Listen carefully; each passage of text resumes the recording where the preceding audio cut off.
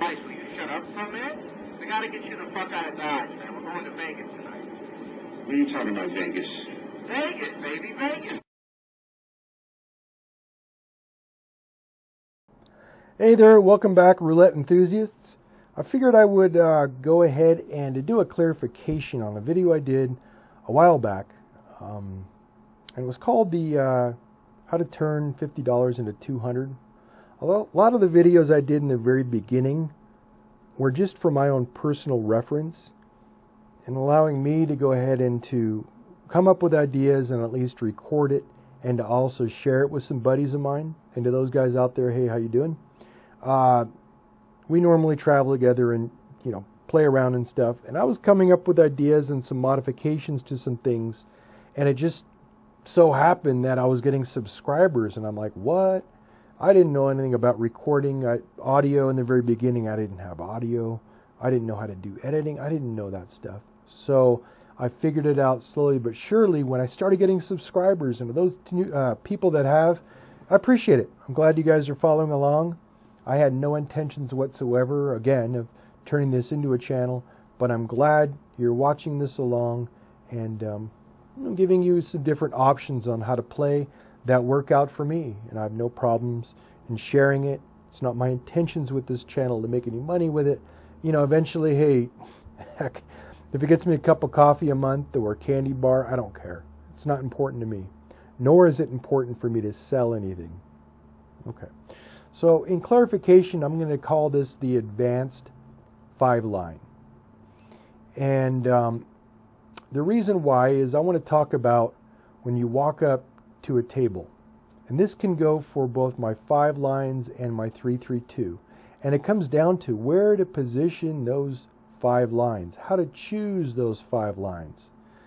I normally, as you know, is always playing on this section.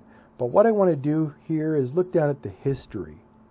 I'm looking to try to figure out what numbers in what 12 are coming up most frequently, because that is showing you the trend of that current table. Now, nothing in life is permanent. Everything's up and down. Stock market goes up and down. 21 table, a dealer could be winning, and then that player wins, and then it's a choppy craps table, for example. You're going to have a hot table and a cold table based on the patterns that the numbers are appearing. The same thing, of course, is true with the roulette game. So again, I'm going to evaluate the numbers. There's a middle, there's a high, middle, low, low, high, high, high, middle, low. So I try to find the balance, and sometimes it's hard to figure out. But based on what I'm seeing here, I want to have more coverage on the middle section, so that's a definite. And also, what do you guys think?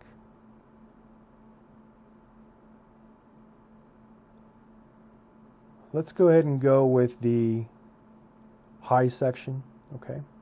So I'm going to set up my chips accordingly. Now, let's go ahead and talk about the strategy here.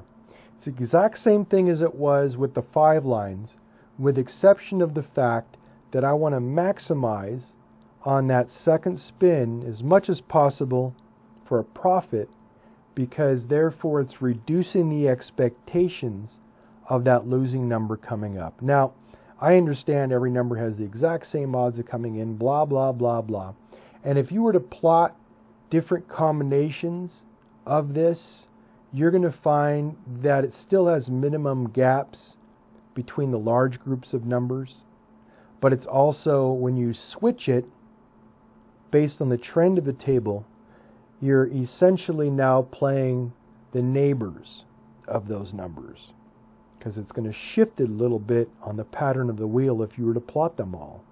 Okay, so again, I said it was the medium, so I'm going to lay out my chips accordingly. And for the lower section, what I want to do is choose a number or a group. See how the 7 and an 8 are kind of together, and the 3.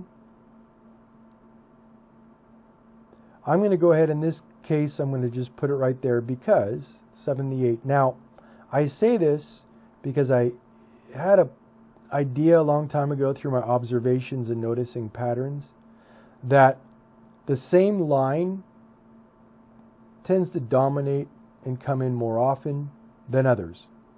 That's why, of course, over here, when I was playing here, these numbers would come up more frequently than these sections. Now, does that mean anything? No, not really. Because again, if you want to look at statistics and math, that sometimes they're flawed, but regardless, every number again has the same expectations of coming in. All right. So I've chose this again because the 8 and the 7 are more dominant on the lower side.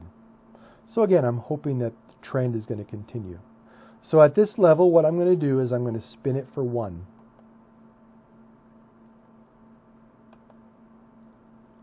Okay, see that?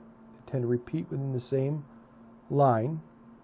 Now at this level, what I want to do is I want to maximize as much as possible on that second spin, because again, I am reducing the expectations of that losing number. I'm going to lay it out one more time with the 3 level now. So I'm making 2 extra units than I would normally at the lower level. Whoops. Let's see if I can remember how to do that. Oh, it doesn't allow me to do that. Okay, so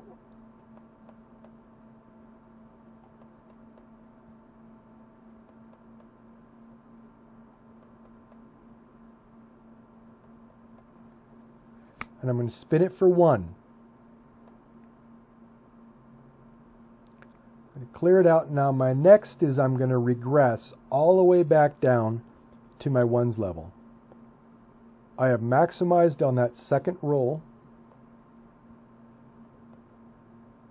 maximize profits, and at this level again, I'm just going to do what? I'm going to run it out, following the pattern that the board is currently showing me. And every wheel is going to be different.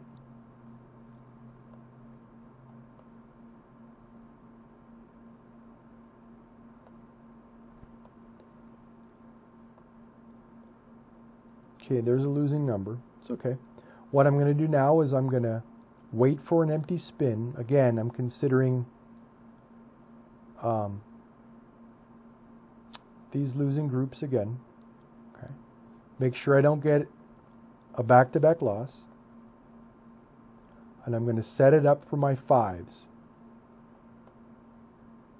For clarification, for those people that have a hard time understanding what I'm doing here, is this is going to recover my lower level bets. For further clarification, I'm talking and I can't do 2 things at once, but I can chew bubblegum and walk on most days.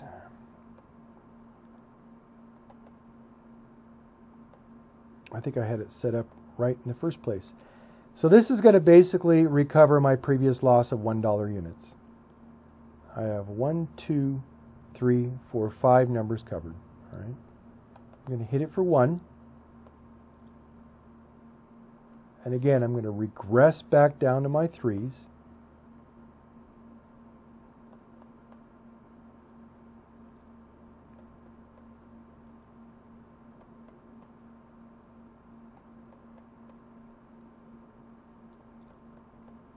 I'm going to hit it for 1.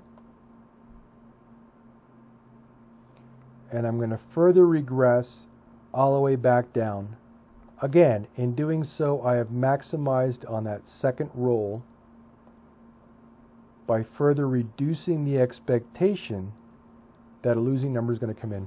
I know I repeat myself a lot, and I do that because sometimes with media, for example, in order to get the propaganda to stick in your mind, they repeat the same thing over and over and over again. And in the case of our media, it doesn't matter what news channel it is, they're going to be filling you full of the same old bullshit. How's that?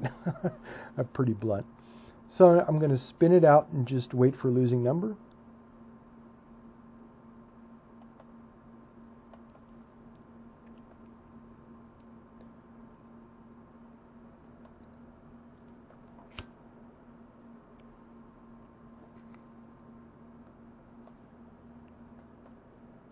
Again, you want to follow and chase the patterns of the board the best you can.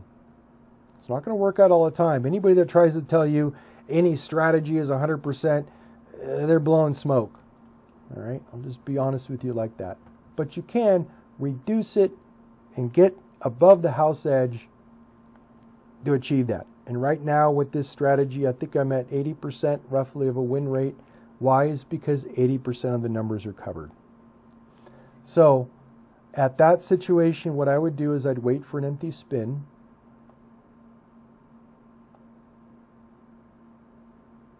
Okay. Remember, that could have been a loss.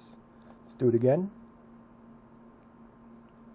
Now, in that situation, what do? You go ahead and play your 5s level, right? And do the same thing all over again. Regress back down to your 3s. Now what I'm going to do is talk about the 10s level. And, yeah, I can. That's cool. Okay. Sometimes the chips aren't set up properly, but I can work with what I have here. And the reason why I do like to, the reason why I have chosen this strategy is based on the chips for my craps, because I focus on bubble craps, in case you haven't noticed. And it allows for getting the money up on the board quicker before you time out. And in craps, bubble craps, it's 30 seconds. So I'm going to start off at this level, and the next level up. Let's say, for example, you're up now and it's $100, $150. It's going to allow you now to play at the 10s level. Now, take into consideration, you still have your first session bankroll to include on that. So I like starting with about 175, 200 before I increase it to this level. I'm going to lay my $10 chips down.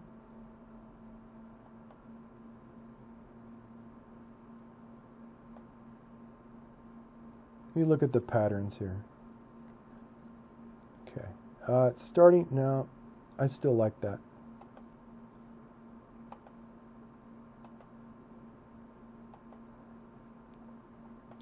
I'm going to hit it for 1. Okay, I'm going to regress back down now to the 5.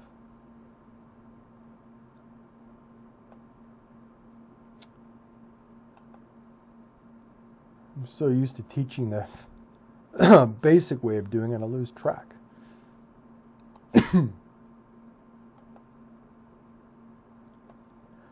Spin it for 1. And then I'm going to go all the way down to the 2s level. Yeah, they don't make $2 chips, but this is what your bet's going to be. Because again, now you're maximizing it all the way through. There you go, trying to chew bubblegum and walk again.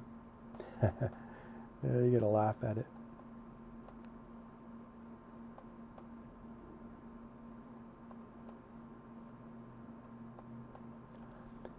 And at this level, I'm just going to run it out until I get a loss.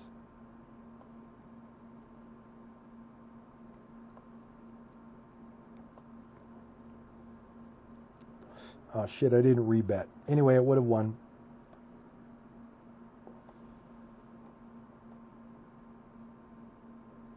Yeah, some simulators do it automatically, while some don't. And you do something long enough, it becomes kind of habit, and then you have to undo that habit. Okay, there's a loss. Now, in that situation, with that loss, I would have, of course, increased it back up to your $10 units and done it all over again. Now, what I'm going to try to do is, to the best of my ability, explain what to do in case you have a loss, starting at your $10 level. In this situation, and with the 5s, it's the same thing. You want to wait for your losing number to see if you don't get a back-to-back loss. You want to lay out either your high tier bets, let it be a 10, a 5, or 25 if you're at that level, and I want you to hit it twice. Why? Is you're taking advantage of those first 2 rolls to minimize the expectations that that number is going to come in. You clear it out, and you wait patiently until a losing number wherever the board tends to be patterning at that time. All right? Then you do it again. You wait to ensure you don't get a back-to-back loss, and you lay them out again, and you hit it for 2. Close it down, wait for the losing number, double check to make sure, the board is still staying within the same patterns, adjusting accordingly if you wish. Okay, I suggest you do, but generally once you get the hang of it, you're okay. And then do it for one more time for 2 rolls. So it's going to be 2 spins, wait for a losing number, back to back, 2 spins, wait for a losing number, and back to back, right? And do it 3 times total. By that time, you're going to be recovered. You can do the same thing on the top tier as you do the middle tier. If it's the bottom tier, again, it doesn't matter because that first unit that you're putting up there that's of the top tier is going to be the amount that's going to cover that lower tier loss. All right? And if for whatever reason, you lose again, you've lost, but most of the time it doesn't happen like that, and you will have already been up money. But this is kind of give you a better explanation. I think I deviated from the 5s down to the 1s just because I wanted to reduce that from happening. But of course, at the advanced level, if you want to utilize this, then you can incorporate it. But I think the most important thing in this video is to share that with you, but also to emphasize when you're walking up to a table, okay, checking the pattern of where it's flowing and betting accordingly in hopes that that's going to increase, your win odds. All right. So I'm going to bring this video to a close. I hope this explains it. And with that in mind, you guys have a great day, a better tomorrow, and Chokti Cop, which is Thai that means best of luck to you guys. All right. Take it easy.